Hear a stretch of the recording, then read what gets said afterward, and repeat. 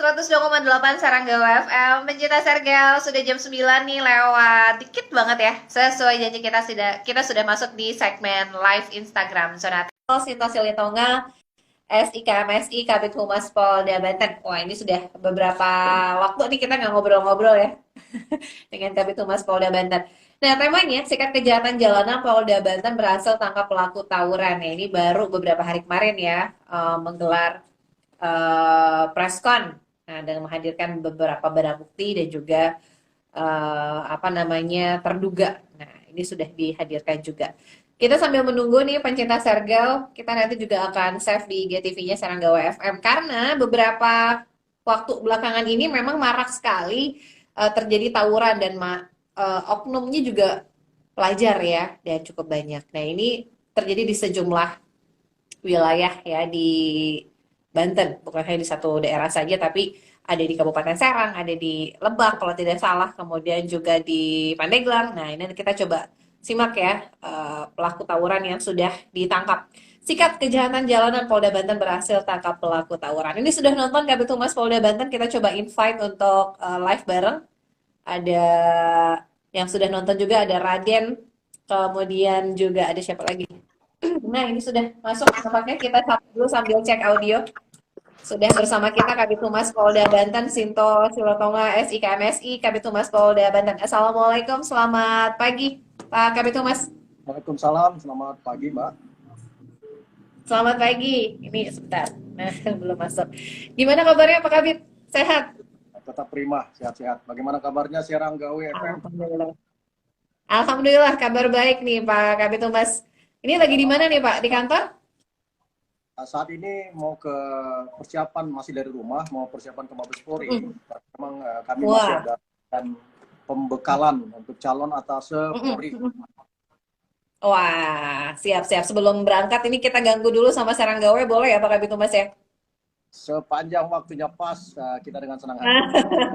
Siap, siap, siap. Nah, ini terkait dengan yang saat ini sedang marak dan menjadi kekhawatiran khususnya bagi masyarakat ya.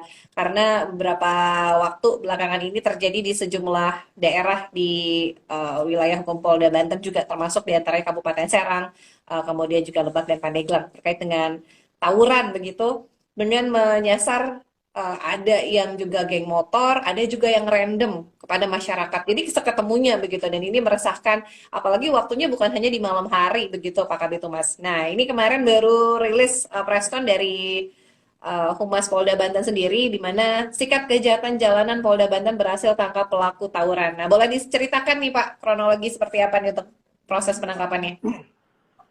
Pertama, Polda Banten memang mengevaluasi rangkaian peristiwa yang up to date berdasarkan tidak hanya lintasan data dari laporan Polres, tetapi juga informasi di media sosial dan media mainstream yang muncul menjadi bahan bacaan bagi pimpinan. Maka tanggal 17 Oktober 2022, Bapak Kapolda telah memerintahkan untuk seluruh jajaran fungsi Reskrim, baik Polda, Polres maupun Polsek, untuk melakukan penanganan, pengendalian, bahkan penangkapan, penindakan tegas terhadap para pelaku berandalan jalanan. Kami sebut demikian diksi yang dibangun karena memang sebagian besar dari para pelaku itu cenderung adalah remaja, kemudian anak-anak, dan ada juga yang dewasa sekitar umur 19 dan 20 tahun. Kemudian dalam perkembangannya sampai dengan 10 hari kinerja, maka tanggal 25 Oktober lalu, 26 Oktober lalu, Polda Banten melakukan press conference tentang penangkapan penindakan terhadap 11 kasus berandalan jalanan yang terjadi tidak hanya di Tangerang, Lebak, Banten, Pandeglang, juga di Serang maupun Serang Kota. Dan konteksnya 23 tersangka telah dilakukan penahanan. Dan yang mengejutkan bagi kami, termasuk juga kami informasikan kepada publik, bahwa 12 di antara 23 tersangka atau 52% dominan daripada pelaku itu masih berstatus sebagai anak-anak. Bahkan yang paling muda masih berumur SMP sekitar 15, 14, 15 tahun. Ini menjadi concern bagi kita karena dampak dari berandalan jalanan ini, dua teman kita, sahabat kita yang ada di Pasar Kemis dan di Kecamatan Petir meninggal dunia akibat dari tusukan benda tajam yang dibawa oleh berandalan jalanan ini. Demikian informasinya, Mbak. Baik, jadi mayoritas ini tersangka yang sudah diamankan dari pihak kepolisian daerah Banten ternyata mayoritas juga memang masih anak-anak begitu ya. Statusnya pelajar atau seperti apa nih Pak Kabid Humas? Ya, beberapa status mereka ada yang masih aktif sebagai siswa dan pelajar, tetapi beberapa lainnya juga tidak selesai menamatkan pembelajaran mereka di SMP dan SMA. Dan Baik, baik. kemudian Tapi namanya dari rangkaian itu, ini juga cukup mengejutkan bahwa pelaku ada yang membuat senjata tajam, kalau kita lihat ukurannya tidak normal, 1 meter, bahkan lebih dari 1 meter, kemudian pada bagian ujung itu dibuat lancip, sehingga dapat digunakan untuk melukai, menganiaya orang. Ini pembuatannya juga dilakukan oleh 4 orang anak, statusnya masih di bawah 18 tahun, dengan menggunakan fasilitas yang ada di salah satu SMK. Kami akan dalami juga apakah ini karena kelalaian atau karena memang unsur kesengajaan, di mana fungsi sosial kontrol dari para pendidik, terutama penyelenggara pelatihan-pelatihan di sekolah atau di SMK, seharusnya bisa memastikan bahwa alat-alatnya tidak digunakan oleh siswa atau pelajar yang ada di tempat mereka untuk melukai atau bahkan untuk menghabisi nyawa orang lain. Seperti itu, Mbak. betul, betul. Nah, Pak Kabid Humas, ini kan kalau kita lihat dari usia, kemudian juga dari status ada yang masih pelajar aktif, kemudian masih di bawah umur. Nah, ini jeratan apa yang mungkin disangkakan kepada para tersangka yang mungkin sudah diamankan dari pihak kepolisian? Mengingat usianya memang masih di bawah umur, apakah memang masih akan diproses secara hukum atau seperti apa nih, Pak Kabid Humas? Ya, beberapa kali lintasan informasi kita sampaikan bahwa secara persuasif Polres, Polsek, jajaran ketika menemukan pelanggaran pidana oleh anak di bawah usia 18 tahun, kerap masih dilakukan restoratif justice dengan mengedepankan hak-hak anak untuk tidak berhadapan dengan hukum. Namun untuk kasuistik dalam kasus berandalan jalanan yang belakangan marak dalam 2 minggu belakangan ini, maka Bapak Kapolda Banten telah memerintahkan jajaran fungsi reskrim untuk melakukan penindakan tegas dengan memproses hukum para tersangka anak sesuai dengan hukum acara yang berlaku untuk anak, yaitu penahanan selama 8 hari pertama, kemudian dilanjutkan dengan 7 hari kedua. Maka selama 15 hari, kami harus meyakinkan bahwa berkas sudah selesai dan penahanan terhadap anak sudah dapat dialihkan untuk penuntutan dan persidangan di muka pengadilan. Demikian, Mbak. Karena memang sifatnya tindakan kriminal ya, walaupun di bawah umur pasti akan ada proses hukum yang tetap akan berjalan begitu ya Pak Kabid Humas. Nah, terkait dengan pencegahan kemudian tindakan persuasif, tentunya Polda Banten dalam hal ini bagian humas pun juga akan berkoordinasi dengan stakeholder terkait dalam hal ini mungkin dinas pendidikan, kemudian juga lingkungan dan lain sebagainya. Seperti apa nih Pak? Mungkin ke depannya Pak Kabid Humas untuk mencegah terjadinya hal yang terulang begitu Pak Kabid Humas. Ya, kami ingin mengedukasi melalui platform ini kepada masyarakat, sosial kontrol maupun terutama kepada orang tua, bahwa ketika sang anak menghadapi permasalahan hukum pidana, maka sesungguhnya kita membuka masa depan yang suram bagi sang anak. Konteksnya karena 2 hal. Yang pertama, sesuai dengan komitmen dari teman-teman di Dinas Pendidikan, pemerintah Provinsi Banten juga telah diinstruksikan ke dinas-dinas di kota dan kabupaten bahwa terhadap anak yang telah menjadi tersangka itu tidak akan memperoleh kesempatan untuk melanjutkan pendidikannya di sekolahnya masing-masing. Ini sudah sebuah komitmen yang kami apresiasi untuk bisa memberikan efek deterrence. Nah, kemudian aspek kedua, bahwa sesuai dengan tugas kepolisian untuk melakukan pencatatan dalam catatan kriminal kepolisian, maka nama sang anak itu akan masuk dalam sistem online SKCK yang pasti akan dibutuhkan oleh sang anak ketika melanjutkan pendidikan atau bahkan mau meng-apply kemungkinan bekerja di instansi maupun perusahaan-perusahaan swasta yang memang cenderung meminta catatan SKCK dari kepolisian. Bisa dibayangkan kalau beberapa anak pelaku kejahatan berandalan jalanan masuk ingin apply ke perusahaan swasta, lalu dalam SKCK-nya tercatat pernah melakukan kejahatan menggunakan senjata tajam atau penganiayaan dan pengeroyokan hingga mengakibatkan orang meninggal, otomatis cenderung tidak diterima oleh perusahaan tersebut. Nah, maka ini pintu yang sangat suram bagi masa depan sang anak. Jadi kami ingin menegaskan dalam upaya preventif, tugas kepolisian mengedukasi dan mensosialisasi serta memasukkan dalam sistem catatan kepolisian sebagai bank data untuk dibuka pada kebutuhan ke depan. Maka berikanlah informasi yang jelas, pengawasan yang ketat, bahkan yakinkan bahwa anak sudah berada di rumah maksimal pukul 22.00 sebagai wujud cinta kasih sang orang tua kepada anaknya. Ini adalah masa depan bangsa yang memang perlu kita awasi, jaga, dan berdayakan untuk potensi keluarga ke depan. Seperti itu, Mbak. Baik, jadi fungsi kontrol bukan hanya peran dari sekolah begitu ya, tapi juga dari orang tua dan juga lingkungan. Nah, ini menerapkan juga jam rumah begitu, jam pulang ini maksimal di jam 10 agar menghindari hal-hal tadi. Nah, saya kembali ke beberapa tersangka yang sudah diamankan dari Polda Banten sendiri ya, dari beberapa wilayah. Ini yang memang menjadi concern karena memang kejadiannya juga ada yang meninggal dunia. Nah, ini seperti apa nih Pak? Mungkin pasal yang akan disangkakan kepada para tersangka, apalagi ini mungkin kan karena kelompok begitu ya Pak Kabitumas? Ya, guna memberikan efek deterrence, tidak hanya pelaku anak kemudian diproses secara pidana, tetapi persangkaan yang digunakan oleh penyidik juga dibuat berlapis, yaitu pasal 170 KUHP, terutama pada ayat 3 yang menyebutkan pengeroyokan mengakibatkan seseorang meninggal dunia, yang kemudian kami lapis dengan pasal 2 Undang-Undang Nomor 12 Darurat tahun 1951, yaitu tentang penguasaan senjata tajam.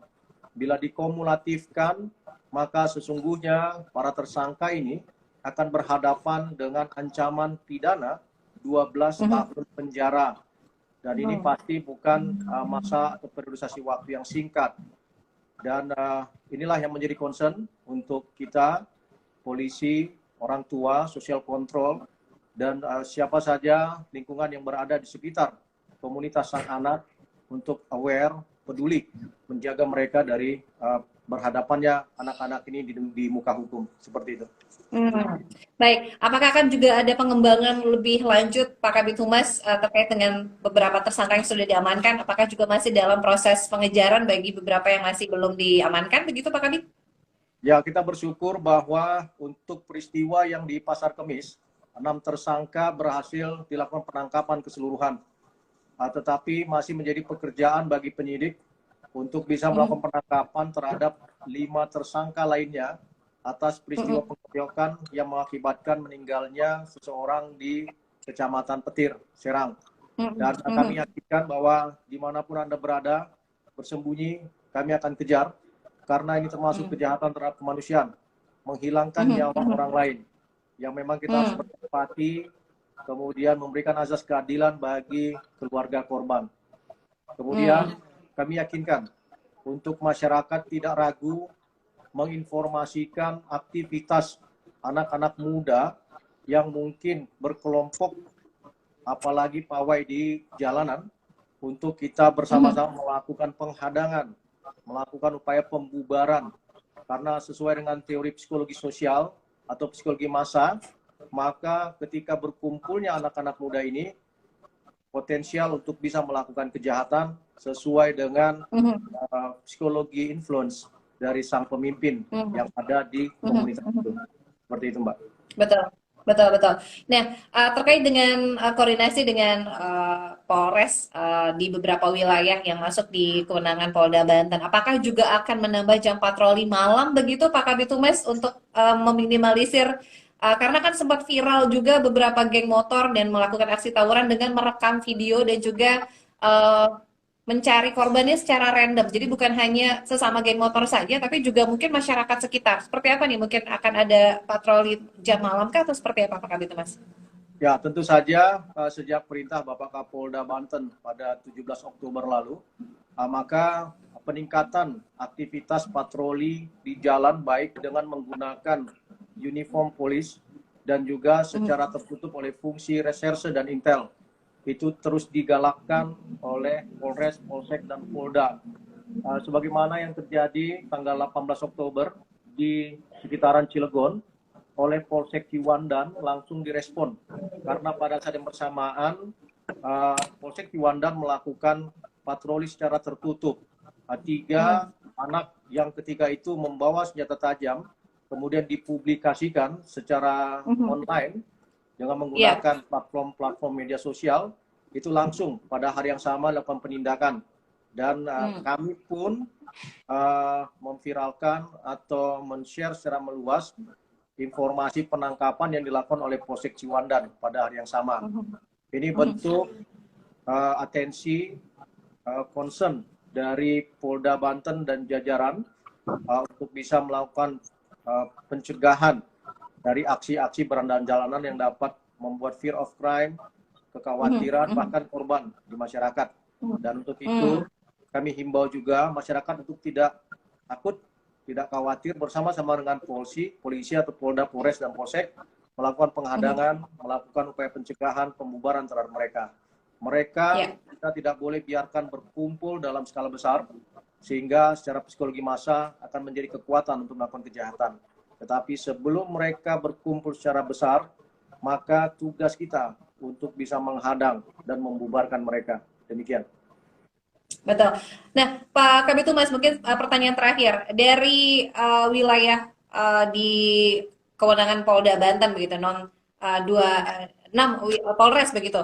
Mana yang memang menjadi prioritas atau memang dominannya memang lebih banyak begitu aksi berandal atau tawuran? Apakah memang rata atau seperti apa yang memang menjadi fokus saat ini dari Polda Banten? Ya, sesuai dengan data pengungkapan dari 11 kasus, 5 kasus diantaranya terjadi di Kabupaten Tangerang dengan 11 tersangka. Nah, itu menjadi sistem warning bagi kami bahwa dominan berandalan jalanan ini bisa atau potensial terjadi di wilayah Kabupaten Tangerang. Nah, untuk itu arah pelaksanaan patroli yang ditingkatkan tentu saja kami sampaikan ke wilayah-wilayah yang potensial. Nah, kemudian satu pembelajaran bagi kelompok anak muda dalam sudut pandang atau point of view kriminologi teori yang disebut dengan teori anomi.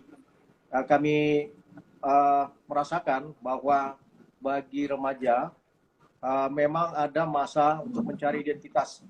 Maka secara anomi dia masuk kepada masa di mana sistem nilai lama di dalam keluarga tidak berlaku bagi dirinya, apalagi sistem nilai itu dibentuk tidak dengan kuat oleh keluarga inti. Maka dia mencari komunitas-komunitas yang memberikan anomi nilai-nilai baru kepada dia, dan akibat salah dalam pergaulan, maka dia masuk menjadi member komunitas berandalan jalanan. Dalam teori anomi ini, sesungguhnya keluarga inti sebagai pemberi sistem nilai bagi sang anak memiliki peran yang sangat penting, terutama kontrol sosial di mana tempat anak tersebut tumbuh dan berkembang, juga mempunyai peran yang sangat signifikan. Maka dua aspek ini, kontrol sosial dan keluarga, kami mohon untuk bisa bermain peran dalam menghadapi teori anomi yang pasti akan dihadapi oleh anak dalam mencari identitas dirinya masing-masing. Demikian Mbak yang bisa kami sampaikan dari Polda Banten. Baik, terima kasih banyak Bapak Kabid Humas Polda Banten, Kombes Pol Sinto Silitongo SIK MSI sudah ikut bergabung di siaran pagi. Apresiasi luar biasa untuk teman-teman di Kepolisian Daerah Banten yang sudah mengungkap dan berhasil mengamankan para tersangka. Mudah-mudahan ini tidak berhenti sampai sini, terus berproses begitu Pak Kabid Humas agar tidak meresahkan lagi untuk masyarakat di wilayah hukum Polda Banten. Terima kasih banyak Pak Kabid Humas Polda Banten. Dan terus dukung Polda Banten dalam mensosialisasikan hasil-hasil pengungkapan dan edukasi terhadap informasi penting bagi masyarakat. Sampai ketemu. Siap. Sampai ketemu Pak. Selamat pagi. Ya, pencinta Sergel tadi sudah live bersama Kabid Humas Polda Banten. Luar biasa ini apresiasi tentu saja buat teman-teman di Kepolisian Daerah Banten, baik itu dari Polda, tingkat Polres, kemudian juga tidak lupa juga dari unsur Polsek dan masyarakat ya yang juga terlibat langsung berperan aktif untuk melaporkan. Tadi pesan dari Pak Kabid Humas Polda Banten bahwa setiap masyarakat yang memang melihat begitu ya gelagat yang mungkin terindikasi begitu ya ada satu komunitas tertentu berkumpul di jam malam. Nah, ini juga bukan jam malam ya karena memang banyak waktu-waktu yang juga siang hari yang dimanfaatkan oleh segerombolan berandal atau misalnya tadi ya kejahatan di jalanan dan ini berhasil diungkap oleh kepolisian daerah Banten. Terima kasih sudah ikut bergabung, kita akan save, kita akan coba sapa. Ini banyak sekali yang komen karena kebetulan Pak Kabid Humas sedang ada kegiatan perjalanan ke Mabes Polri. Jadi tadi cukup di 20 menit ya mudah-mudahan ini sampai begitu pesannya dan juga kegiatan persuasif kemudian pencegahan juga akan dilakukan beberapa sekolah juga akan dilakukan uh, apa namanya koordinasi begitu. Saya ingin menyapa ada Inang, itu Rizka Hanami mantap komandan, ada Raffi Andi, ada William Simbolon, ada Bamsu, ada Alfian In. Bravo buat Polda Banten untuk menjaga keamanan di Banten. Kemudian juga ada Martin Junef Silitonga, ada Ruli Ardin, kemudian ada Paul Airut Banten juga yang sudah ikut nonton, terima kasih. Ada M. Arif Falak, kemudian juga ada Erwin Balianis. Tadi di atas ada yang komen kalau nggak salah. Nah ini ada, oh ini sudah. Mana ya tadi ya? Ada Yosef 0599, sukses selalu. Luar biasa Bang Sinto. Di bawahnya lagi ada kayaknya. Um, nah ini ada Yosua, Yosua Tampebolon ya. Mantap Amang, izin komandan. Oke, terima kasih sudah ikut bergabung. Kita akan save di IGTV-nya Sarangga WFM. Dan jangan lupa kita masih ada waktu sampai jam 10.